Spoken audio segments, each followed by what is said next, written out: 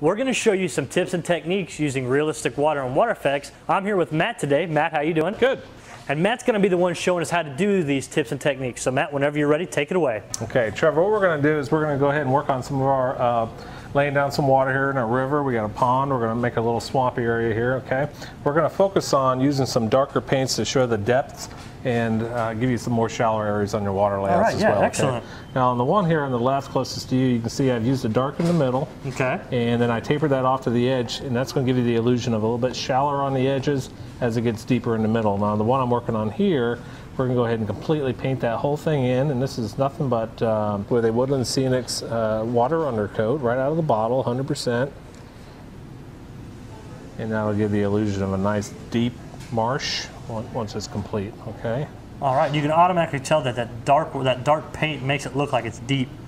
Just seems like it's kind of falling off there. That looks good. Absolutely. Now another little tip for you is go ahead and run a little bead of glue around the outside edges of these. Okay. So when you add the water, it won't bleed into your layout. Okay, so it just kind of keeps that realistic water in there and keeps it from bleeding into your grass area. Absolutely. Excellent. Okay, now in the river, we've already gone ahead and used that painting technique as well. It's going to give you some variations in depth. I'm going to go ahead and add my realistic water. Go ahead and add a thin coat to that. You can layer it up if you like, but this is going to be about 1/8 of an inch thick. Spread that out to the outside edges. And again, that glue is going to keep that from bleeding out. And it's a little bit foggy now, but if you let that dry for 24 hours, you're going to have a nice clear layout in the morning, okay? And then you can go ahead and add some effects after that. See how simple that was? That was nice and easy. That's how I like to keep it. Good, let's move on. On this next layout, it's the same layout, but we went ahead and let it dry overnight, okay? It's a nice glossy look. Looks like looks wet really to the good. touch, doesn't it? Okay. Now this one here, we're going to go ahead and add some features to it. We're going to go ahead and put a ripple in there. All right. Now how you make a ripple is you use the same realistic water, put it in a little squeeze bottle. All right. Go ahead and squeeze out some puddles, just like I've done here. All right. Let them thin out, and then go ahead and dry those for 24 hours. And then on top of that, you can go ahead and add some swirling effect to it. And then again, let that dry completely before scraping that off and adding it to your layout. This one here is completely dry. Put a little bit of realistic water on the back of that. Don't get too crazy. Go ahead and add that to your layout. All right. You can see immediately it bonds to it. That realistic water makes it bond to the realistic water you've already poured down, right? And bonds to it. It helps all the air get out from underneath it as well. Okay. All right. Excellent. Nice and easy. As that dries, it'll just look like it's a ripple in your layout here.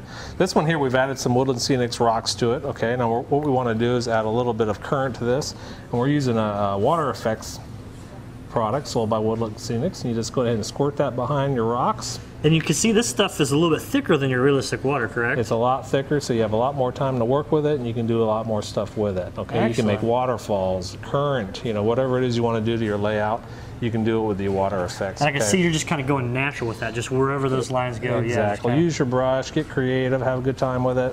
And this will dry completely clear just like your realistic water will, Trevor, but feel free to add a little bit of white paint to that. Maybe there's a second time around, you put a little white paint in that, and you can put some foam or wherever you want to put some splashes around your rocks. That'll be a good product. This is nice. It's kind of just creating that movement of water through those rocks. Exactly. So let's move on down and look at the final product. Okay, now this pond here, you can see it goes from a nice deeper area up to where it's all dried out on the edge. We went ahead and landscaped it appropriately for that. This one's a nice deeper, wetter, marshy area. Here's your ripples we talked about. Okay, we went ahead and landscaped that with a lot of green, a lot of lush vegetation that kind of matches the area, okay? Now the final one here is our river, and you can see how that worked out. Looks really good. I did go back over it, add a little bit of paint to that, mixed it with my water effects to give it a lot more texture to it. Now the final step here on this rock here that we made, I want to have a little bit of water seepage out of that, so I'm just going to highlight some of these cracks here. And this is just nothing but Woodland Scenics diluted black paint with water.